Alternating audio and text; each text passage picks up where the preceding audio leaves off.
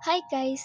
Jamie's here! For today's video, samahan niyo akong gumawa ng cheese stick na unang kagat, cheese agad. Ako na nga lang gagawa ng cheese stick ko dahil pag bumibili ako sa labas, mas marami pa yung lumpia wrapper na natitikman ko. Kaya nga lumabas na ako para bumili ng mga kailangan sa paggawa ng cheese stick.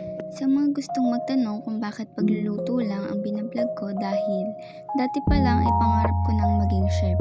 Pero ngayon, ang strand ko ay UMS at ang kukuhahin kong course ay education. Bawal akong mag-chef dahil soon ay hindi ko rin kakayanin dahil sa sakit ko na mild scoliosis. Bawal nga pala akong tumayo ng matagal at maglakad ng malalayo dahil baka lumala. Meron din pala akong tinitig na vitamins para sa buto. So balik na nga tayo sa cheese stick. Pagka uwi ko ay hiniwalay-hiwalay ko na yung lumpia wrapper. Kapag na ginagawa nyo to, huwag kayong tumapat sa electric pan dahil mabilis siyang titigas at mahihirapan kayong magbalot. May electric pan ako dyan guys, kaya hinahangin yung buhok ko pero hindi siya nakatutok sa mismong lumpia wrapper.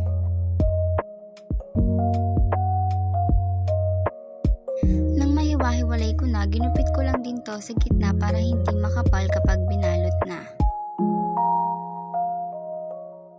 May multo na sumisilip, Ems. Kuya ko yan, epal lang siya sa vlog ko.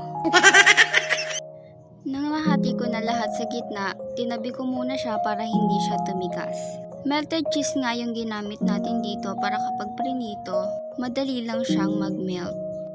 Habang nagbablog nga ako, yung kuya ko napakakulit. Tignan nyo naman yung ginagawa niya sa likod ko. Nag-e-enjoy pa yan sa pinagkagagawa niya. Kala mo, hindi ko alisin niya. Umisa pa talaga siya guys. Yan gusto mo diba? Isasali na kita sa vlog ko. Anyways, naghiwa na pala ako ng cheese. Hiniwa ko nga lang pala to sa gitna dahil pahaba yung cheese na kailangan natin. Nang matapos ko na ngang hiwain lahat, kumuha na rin pala ako ng tubig para ayun yung ipangsasara natin sa cheese stick.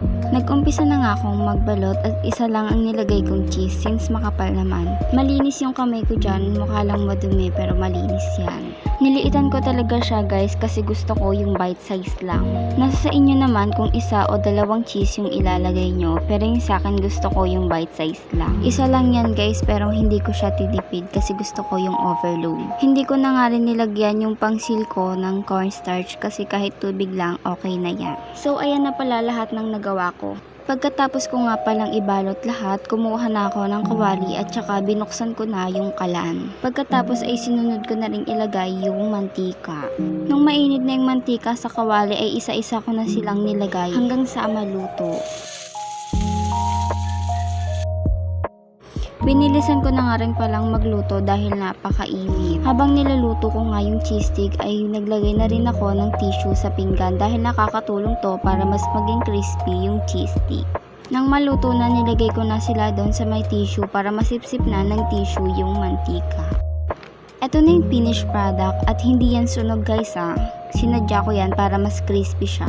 At ayan, titikman na nga natin. Tignan nyo naman guys, napaka-overload niya sa cheese.